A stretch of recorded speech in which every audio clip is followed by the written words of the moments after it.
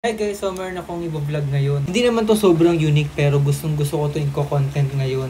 Pag-isipan ko na gumawa ko ng question sa Facebook page ko. Nag-post ako sa Facebook page ko na mga gustong magtanong. Pero naman yung kaya ko naman sagutin, no? Kaya yun lang yung kukunin ko. Sobrang hirap pag-pretend na kukunin mo lahat ng tanong pero hindi mo naman kaya sagutin. Kaya konting-konti lang talaga yung nakuha kong mga tanong. Kaya na nga, no? Hindi ko na siya papatagalin. Actually, nabasa ko na lahat. Gusto ko sana hindi ko mababasa para mas magulat ako, no? Pero syempre, Facebook page ko yun, kaya mababasa at mababasa ko.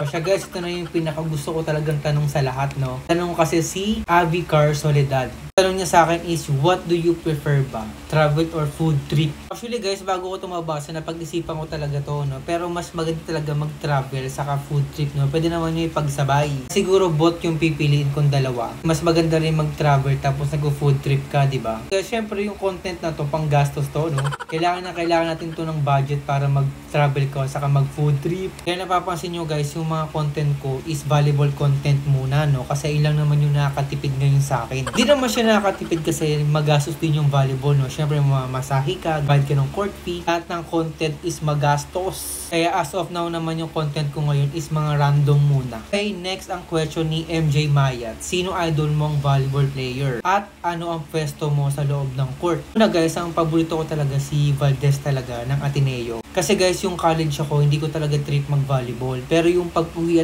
ko talaga, parang nanonood ata yung tatay ko ng UAAP. Pasagsagan na yun is parang rookie pa lang ata si Valdez nun. Tapos yung parang nanonood ako nun, parang natulala ako ng sobra kasi sobrang lakas talaga ni Valdez ng time na yun. Tapos yung nakakapatay siya saka nakaka-bounce ball siya, dun talaga ako humanga kasi sobrang humble niya. Ay Diyos ko, si Valdez na yan, no? Diyos ko, saan ka pa? Tanong naman is, anong pwesto mo sa loob ng court? Utility po ako, opposite spikers ako. However naman na wala akong laro o wala akong palo, nagiging setter ako. Pero dati talaga, setter talaga ako nung kasagsagan ni Valdez pa nung UAAP pa. Alam mo, parang may mess career pa ako sa setter kaya sa spiker. Uy! Question naman ni G. Molina. Ang gamit mo sa armpit mo. Guys, ang gamit ko talaga is Von Feeling Fresh. Ito, wala na talaga to. Ubus na talaga to. And bumili akong bago. Guys, saan ka pa? Mas mura to guys. Saka sobrang nahiyang sa akin to. Kaya to talaga yung ginagamit ko. Ang pinaka nagustuhan ko to guys, hindi siya nalagkit sa kilikili. Pag nag-volleyball talaga ako, hindi siya nagpapawis. Oh, hindi to sponsor guys ha. Sadya nagustuhan ko lang to. Naman yung tanong ng mga volleyball player, no? Sabi ni Choi de Guzman. Bakit kailangan natin makisama sa mga taong alam naman natin pinaplastic lang tayo? Tayo nagiging kaibigan na plastic pero hanggang ngayon nakakasama pa rin natin. Diyos ko. Sa volleyball player guys, sobrang liit lang talaga ng mundo natin. Kahit saan ka maglaro, kahit sa Manila pa yan, kahit sa kung saan lugar ka naglalaro, makikita mo pa rin siya. Kung feeling naman na uncomfortable ka na sa kanya, huwag mo naman iwasan yan, Lods. Choice mo naman yan, Joy. Makikisama ka pa rin sa kanila or hindi. Okay guys, so ang next na tanong naman ni Nathaniel Alagaw. Ang puti mo, anong gamit mo?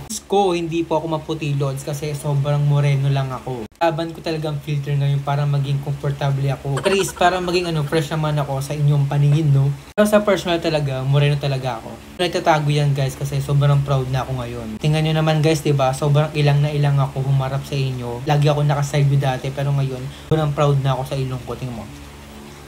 Naman yung laging tinatanong sa akin yun ni Noblesa Jora. Barangay ka sa Tinggaon, Camarines Sur. Province ko talaga is Bicol talaga sa Camsur. Ang barangay namin doon is parang Tinggaon ata, parang Rafael Kineme. Malapit na sa simbahan yun. Pero yun guys, may nagsagot na. Ayun o. Taga-poblasyon pala kami doon. Naman ang next guys, sabi ni Brix Balmeo, pinakaayaw mong nakakalimutan kapag aalis ka ng bahay. Siyempre no, hindi pwede mawala yung cellphone ko, no? Kailangan kasama ko yan palagi. Mawala ng lahat guys, wag lang yung cellphone ko, promise. Wala na pag may mimit kang friend, mo alam kung paano kayo mag-meet. Laging tinatanong sa akin sa mga message, sa mga comment box, sabi ni Ravenna Andres, tagasan ka sa Cavite. Uulitin ko guys, taga Gentry po ako. Sa mga Tagalan Castro dyan, kapitbahay nyo lang po ako. Guys, ito naman yung next, sabi ni Clark Ian Gonzalez. Support ka po ba sa LGBTQ community? Syempre, Lods, dahil part din po ako ng LGBT.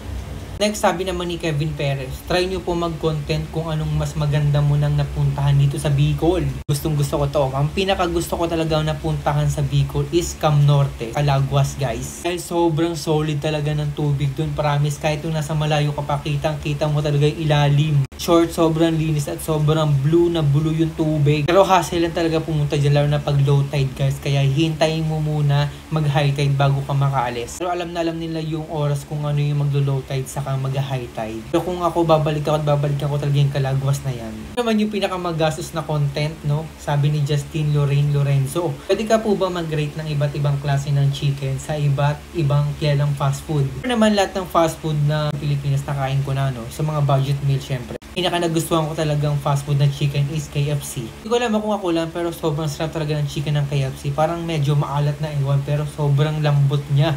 Yun lang guys, sobrang konti lang pa nito. Sobrang nabitin ako sa question na to. Kaya if ever na na-upload ko to, pag gusto nyo pa magtanong, please comment below lang dyan para masagot ko pa or baka mag-part 2 tayo dito. Yun guys, so I hope na nagustuhan nyo yung mga sagot ko sa inyo, no? Sa mga gusto magpa-shoutout dyan, please comment below lang para maisama natin sa vlog ko. O sige na, ang dami ko ng ingay, so hanggang dito na lang.